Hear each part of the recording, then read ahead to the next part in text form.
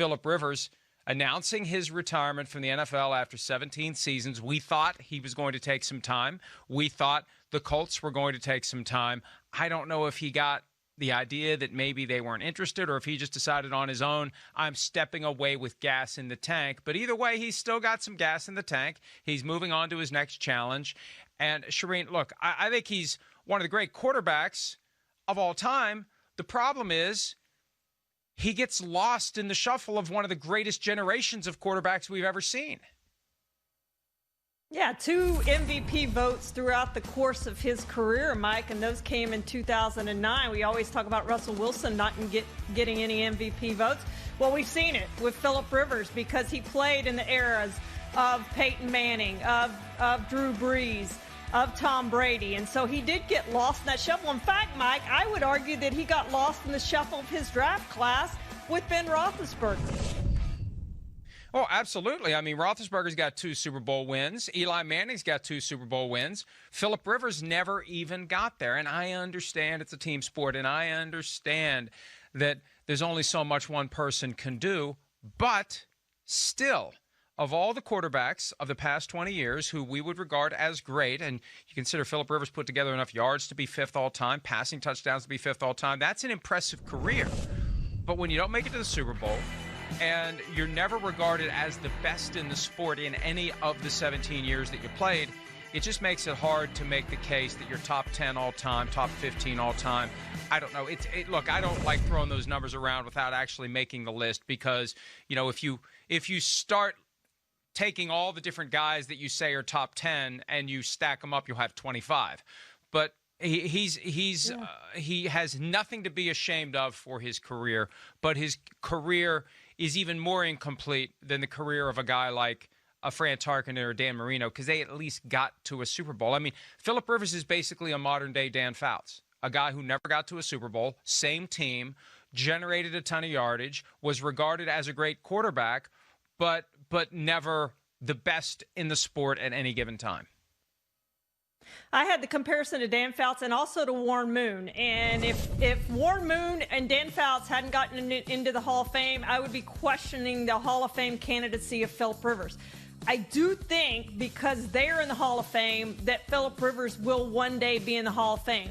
I don't think Phillip Rivers is going to be a first ballot Hall of Famer. And I am one of the people, we argued about this a little bit yesterday in the meeting.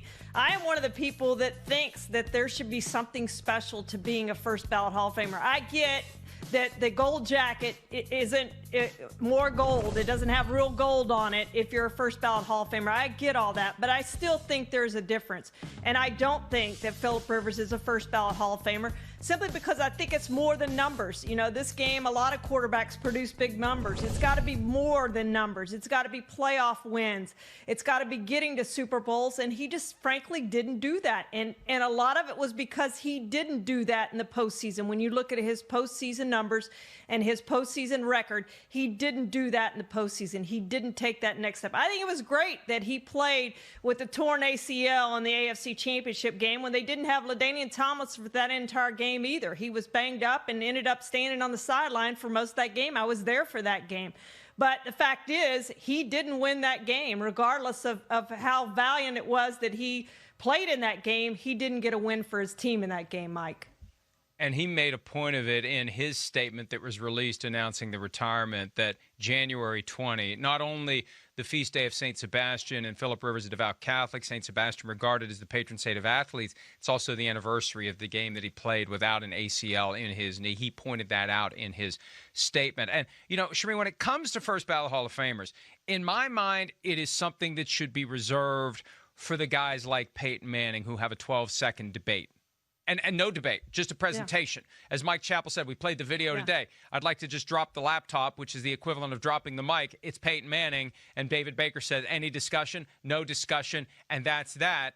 That's, to me, what a first ballot Hall of Famer should be. And if you require discussion, if you require debate, you shouldn't be in on the first ballot, period. Absolutely agree, Mike. It's that person that doesn't need the debate. There is no presentation. Hey, even Ray Lewis had a presentation. It wasn't long, and there wasn't much discussion, but even he had a presentation, a full presentation. So I think it's that one guy, and they're rare. I've been in that room now since 2007, and there haven't been many of them. But for those where you just stand up and say, ladies and gentlemen, I present, and whoever that quarterback is, or it's usually a quarterback, but whatever position it is, and sit down. That's all that needs to be said. We all know he's going in. We all know Peyton Manning's going in. Hey, Charles Woodson even had a presentation, and I think he's getting in this year. But we still had a presentation. But there's only a handful of those guys, Mike, and I agree with you. We have put in way too many first ballot guys over the past few years who, to me, didn't deserve that first ballot designation.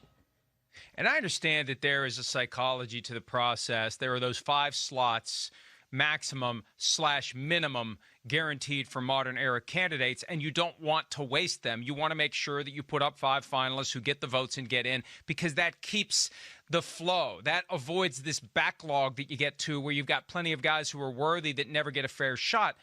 But there's other guys that can get in other than people who are up their first time. There's that backlog that's always there. That's what shocks me about the whole concept of the first ballot Hall of Famer who doesn't deserve it. Like a Brian Urlacher, all due respect. Brian Urlacher, you shouldn't have been in on the first ballot, period. Sims said today, I don't know if he said it on the air or off the air, and if he said it off the air, maybe it was off the record. I don't care. He said when they would play the Bears, when he was in the NFL, they didn't game plan for Urlacher. They game planned for Lance Briggs. Yeah. And there's Urlacher, and I would say Jason Taylor, too. To me, he's a Hall of Famer. I just don't think either one of those guys were first ballot Hall of Famers. And there's others. I mean, I hate to point out those 2 guys. And I did vote yes. Let's go there. I did vote yes once they got to that final 5. But I do think there's a difference, and I just think you have to be extra special to get that first ballot, and I don't think Phillip Rivers fits that. And I'm not sure that Eli Manning fits that, even with 2 Super Bowl wins. Here I am talking about Phillip Rivers not having Super Bowl wins, and Eli Manning does have that, but I'm not even sure he fits that bill. I don't know that he was that truly special above everybody else that you can just stand up and say, ladies and gentlemen, I present Eli Manning. I don't think he fits that either, Mike. And I don't fault you for voting yes on a guy like Urlacher when he's up on the first ballot, because once you're in the final 5, if you say no, you're throwing him back in the bowl with everyone else, and that's going to hurt somebody else and delay somebody else's entry to the Hall of Fame. Once you lock in the 5, I think it's foolish to not vote yes and clear them through the process and have the so you don't have these angst-ridden decisions every year. And hey, my theory on Eli Manning, I don't know if we've talked about this before. The fact that his name is Manning is getting him in on the first ballot. The fact that he's going to have Peyton pushing hard, and you're going to hear from Peyton, and he's going to charm you, and he's going to charm all the other voters in advance. I know it's going to happen. Write it down. It's 4 years away. There will be a charm offensive from Peyton Manning to get Eli in on the first ballot, and eventually even the people who say he shouldn't get in will do it just to get Peyton to shut the hell up. Well, you know there's going to be that push from the Manning family. There's no question about that, and they're going to try to get him in on first ballot. It will be interesting to me if he does get in on first ballot. Sitting here right now at this moment, I would say I don't think Eli Manning deserves first ballot. But you always look at who's in that queue, Mike, and you talked about it. If you vote somebody down, then that it just pushes everybody back. And you look at a guy like Clay Matthews that played so long for the Browns, and this was his first time up for discussion, and it's also his last time up for discussion this year. If he doesn't get in, he goes into that senior pool, which is just an abyss, and now we only put in 1 senior every year.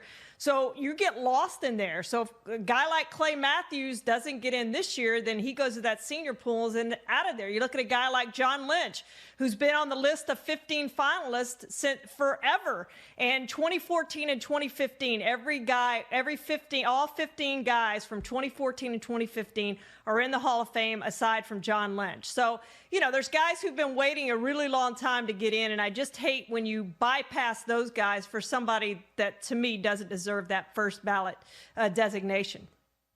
I have been very clear in my position that I do not want to be on the selection committee. That is my way of dealing with the reality that they'll never invite me. But beyond that, I can't do it. I don't have the reservoir of tact and diplomacy to make it through 8 hours and 47 minutes without losing my cool at some point. And if nothing else, I am self-aware. But there's one reason why I'd be intrigued to have that power, because I'd love to be able to put off Peyton Manning when he's trying to get me on the phone to talk me into voting for Eli. I'd be like, Peyton, yeah, I can't really talk to you right now. I'm a little bit busy. Can you call me next Tuesday? Let's say 4:55 p.m. on the nose, and if you don't call, that's on you, not on me. I'd kind of like that. But other than that, I'm not interested in it. But I look forward to you putting off Peyton Manning 4 years from now when he's trying to get Eli in. Now, 4 years from now, presumably the Colts will have a quarterback who has been their quarterback for more than one season. They've gone from Andrew Luck to Jacoby Brissett to Phillip Rivers to who now? Where do you think the Colts should go from here with Phillip Rivers retired? Well, you're the first one that brought it up, Mike, but I think the perfect guy that fits what they do that's been with Frank Reich before is Carson Wentz. I mean, he makes a ton of sense, but it does sound like the Eagles, that's why they parted ways with Doug Peterson, right? Because they wanted Carson Wentz and he wanted Jalen Hurts. So if that's the case, that's not going to work out. But to me, if I'm the Colts, I absolutely approach the Eagles about what it would take to get Carson Wentz. Yeah, I agree with you, and maybe it's just part of an elaborate ruse by the Eagles to create a trade market for Carson Wentz. And if so, Howie Roseman, Jeffrey Lurie today saying, hey, it's working. It's all falling together. Phillip Rivers retired. Maybe this will work. Don't say anything about Carson Wentz. Let's continue to create the idea that we want Carson Wentz. But I feel like they do want to make it work with Carson Wentz. And the other thing to keep in mind, the cap charges, the cap accelerations. It's a complicated year with the salary cap likely to be, I'm told, in the range of $180 million. Delicate decisions to make when you've got a franchise quarterback making big money and you're looking at the prospect of moving him off the roster. There aren't many different categories where you can explore if you're a team in need of a quarterback. You can draft one, duh. You can sign a veteran free agent who happens to be available, or you can trade for somebody. That's pretty much it. And, Ryan Fitzpatrick's going to be available. I don't know that that's what the Colts want to do. But if they're looking for another Band-Aid, see, that's the question. Are they looking for a Band-Aid? Are they looking for a bridge while they continue to scour draftable quarterbacks? Or do they want someone that they know is going to be the guy for 5 years? And Chris Ballard, the GM, talked about it recently. He said there's a difference between drafting a quarterback and drafting the right quarterback. I think it's a mistake. And we saw it with the Titans, the Jaguars, and the Vikings in the 2011 draft. Jake Locker, Blaine Gabbert, Christian Ponder. Teams that were desperate for quarterbacks. They didn't have free agency that year because of the lockout. It came later. So let's just reach for a quarterback when we shouldn't have taken those guys. And what happened? All three of them failed to live up to the draft status because they were drafted at a spot where they shouldn't have been simply because the team got desperate. I think the Colts are going to try to avoid that, Charean.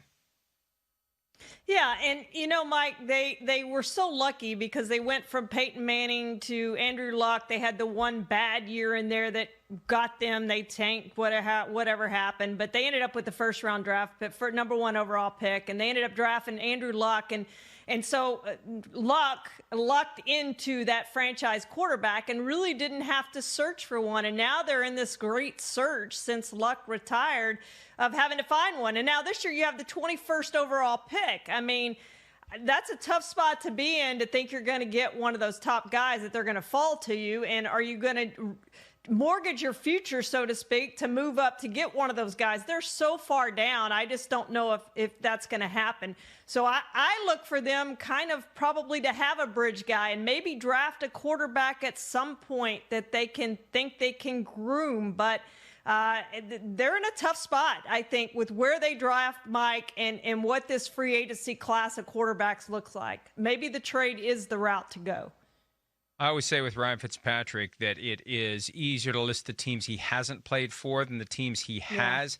I think the Colts are in that ever-shrinking group of teams he has not played for. So what the hell? You may as well check another one off, Ryan Fitzpatrick, if you want to play again. I don't think that's in the long term. Obviously, it's not in the long-term best interest of the Colts, but maybe it's Ryan Fitzpatrick plus somebody they get round 2, round 3, somebody they fall in love with during this funky scouting process with no scouting combine, and they let that guy be groomed, and Fitzpatrick doesn't have to worry about getting benched 5, 6, 7 games in like what happened to him this year in Miami. Hi, I'm Mike Tirico, and thanks for watching. Make sure to hit subscribe for the latest news and highlights from NBC Sports.